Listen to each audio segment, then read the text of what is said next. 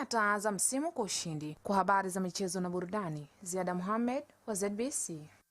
Kamanda wa polisi kanda maalum ya Dar es Salaam, kamishna msaidizi mwandamizi wa polisi Muliro Jumanne Muliro amezindua mashindano ya michezo ya timu za jeshi la polisi kutoka kanda ya Mashariki unaohusisha mikoa ya Pwani, Rufiji, Ilala, Kinondoni pamoja na Temeke. Mohamed Sikuzi anarejea kwa taarifa hiyo. Zindua mashindano hayo katika viwanja vya Chuo Kikuu cha Dar es Salaam, Kamanda Muliro amesema hatua hiyo ni utekelezaji wa miradi inayolenga kushirikisha jamii, kuzuia vitendo vya kihalifu kupitia michezo.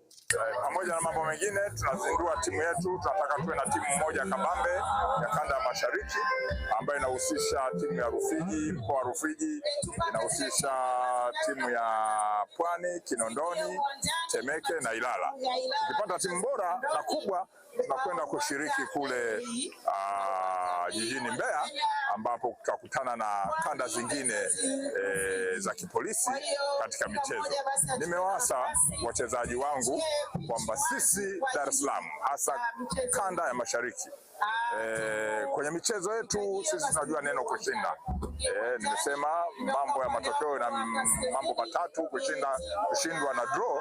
Tumesema sisi tunachukua kile kipengele cha kwanza cha kushinda.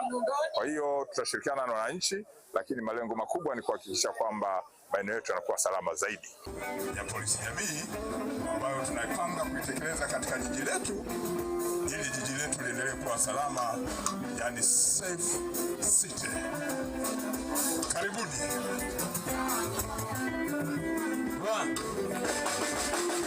Kwa habari za michezo na burudani kutoka Dar es Salaam, mimi ni Mohamed Sikuzi na hii ni ZBC.